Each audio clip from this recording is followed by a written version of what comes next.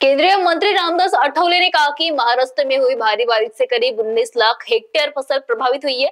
Divisional commissioner ने 300 करोड़ रुपए की मदद का प्रपोजल भेजा है, जबकि विदर्भ में बारिश न होने से लगभग 3 लाख हेक्टेयर जमीन खराब हुई है, जिनमें 25% सिंचाई योग्य जमीन है और बाकी सूखी जमीन है।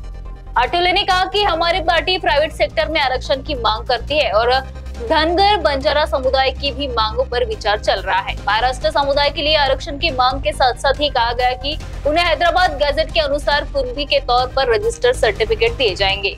आमची अपेक्षा ही आहे की त्या सर्वांनी आता मेन स्ट्रीम मध्ये येण्याचा निर्णय घेतलेला अत्यंत स्वागतार्ह आहे। एक तर नक्षलवाद्यांच्या त्यागाबद्दल आम्हाला सहानुभूती आहे की स्वतः अनेक डिग्र्या घेतलेले तरुण तरुणी त्या मोहीमेमध्ये जातात आणि गोरगरिबांना न्याय द्या, आदिवासींना न्याय द्या, दलितांना न्याय द्या, गावांचा विकास करा अशा त्यांच्या मागण्या आहेत, त्याच्याशी आम्ही सहमत आहोत। त्यांनी अवलंबलेला जो हिंसक मार्ग आहे त्याला आमचा पाठिंबा नाही।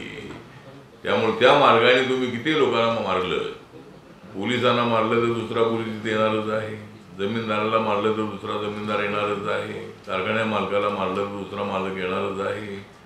तुमच्या या हिंसेचा त्याचा अजिबात काय फायदा झाला, एवढ्या वर्षापासून आंदोलन चाललेलं आहे। त्यामुळे कालचं जे आत्मसमर्पण आहे तो उपक्रम अत्यंत स्तुत्य आहे। माननीय देवेंद्र फडणवीस हे अत्यंत ऍक्टिव्ह मुख्यमंत्री आहेत।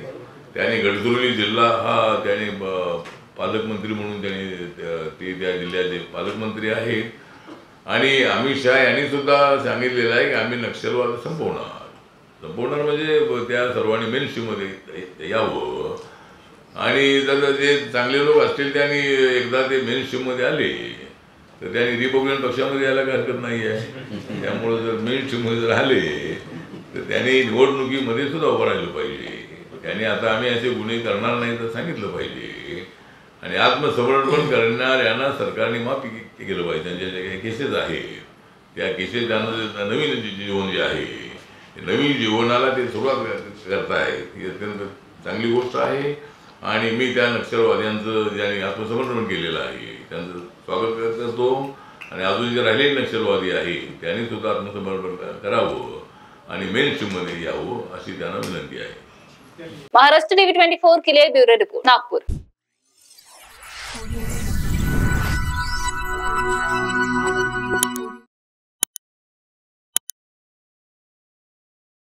इस खबर के प्रायोजक है शिवशंकर आयुर्वेदिक एजेंसी नागपुर का भव्य शोरूम।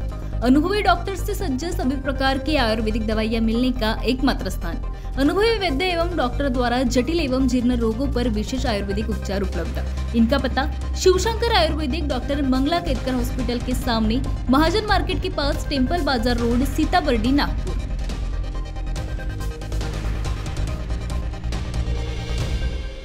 आपण पथविक्रेता किंवा छोटे उद्योजक आहात काय? आपल्या व्यवसायाला वाढवायला कर्ज घेण्यासाठी मोठ्या बँका आणि सावकारांकडे खेटे घालत आहात का? मग तुमच्यासाठीच आहे एक खुशखबर।